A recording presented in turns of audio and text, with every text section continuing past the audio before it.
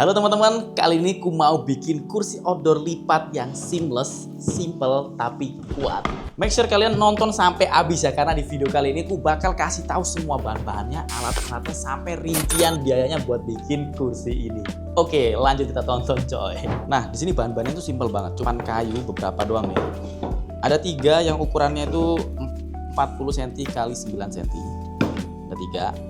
Terus ada yang 27 x 27. Ini nanti buat tempat duduknya. Sama ya ini yang kecil ukuran 27 x 9 sama 27 x 4 cm. Sama perintilannya paling ya cuman engsel sama besi bulat 1. Nah, dari 3 kayu yang ukurannya 40 x 9 cm ini, satu kayunya dibolongin full pakai mata bor ukuran 10 mili. Yang 2 ini dibor tapi nggak usah sampai bolong banget ya, soalnya nanti buat as besinya ini masuk di tengah-tengahnya. Sekarang kita siapin as besinya nih, yang pakai buat biasa cor-coran tuh, ukuran 10 mili ya.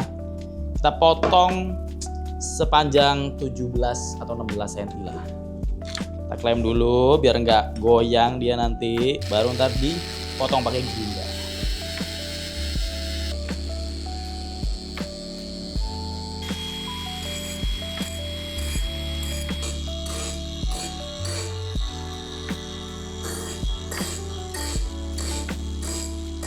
Nah, besi yang ini nih kita masukin ke kayu ini yang tembus nih, tuh dia bakal tembus kayak gini, baru yang samping-samping kita masukin.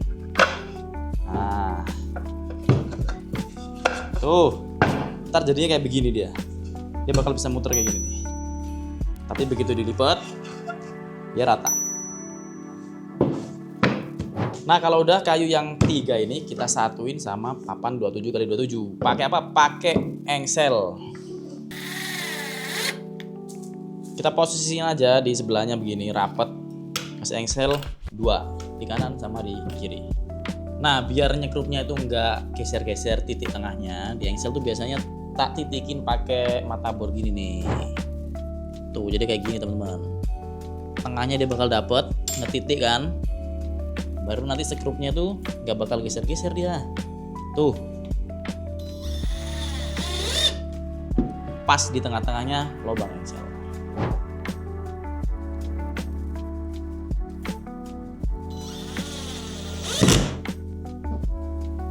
Nah, kalau udah kepasang, lanjut kita bolongin dulu kayu yang sisanya nih.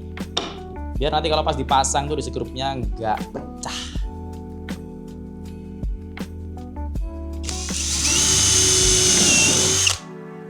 Ini mata bor yang kupakai adalah tipe Forstner Bead ya. Jadi dia sekalian ngelubangin, sekalian ngasih tempat buat kepala sekrupnya nanti. Terus kalau bor yang kupakai kali ini dari Dongcheng yang tipe DCJZ 2040i 13. Ini udah oke banget buat rumahan sebenarnya, udah bisa buat ngebor tembok, rakit-rakit ya kan.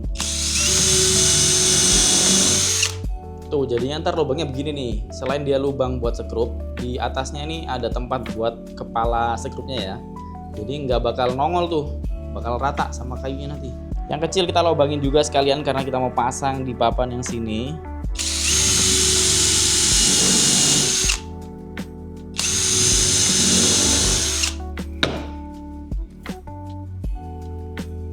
Tuh, ntar aku siapin.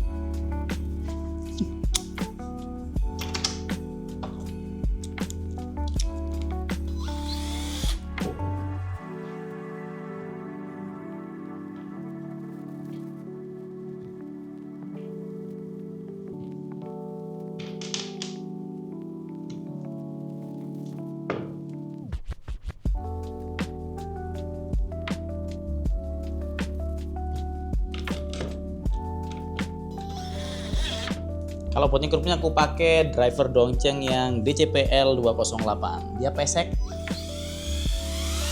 dan dia putarannya dari pelan tambah kencang. Jadi nggak bakal slack di kepala sekrupnya.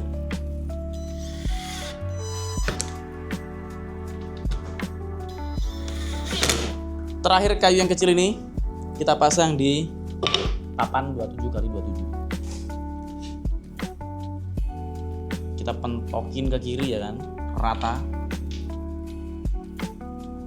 Kita segrup lagi guys.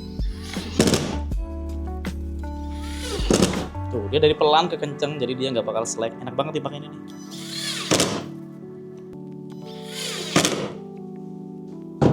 Udah jadi dan saatnya kita coba sekarang. Yuk.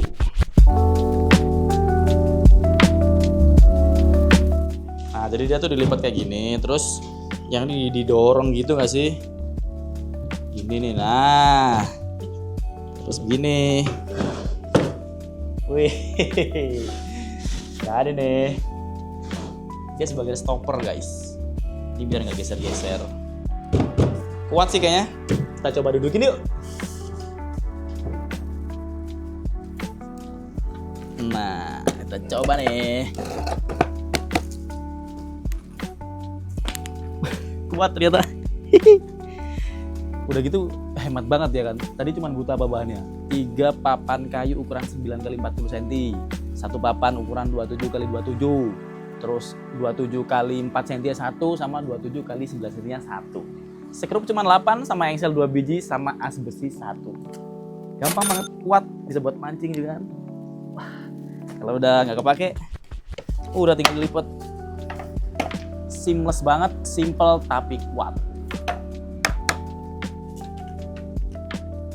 Ini nih belum finishing, tapi kalau misalnya teman-teman pengen lebih awet, anti air, anti rayap, kita bisa pelitur atau kita wood stain. Coba komen, kita perlu gak bikin video cara finishing paling simple tapi bagus buat kayu kayak gini? Coba komen guys.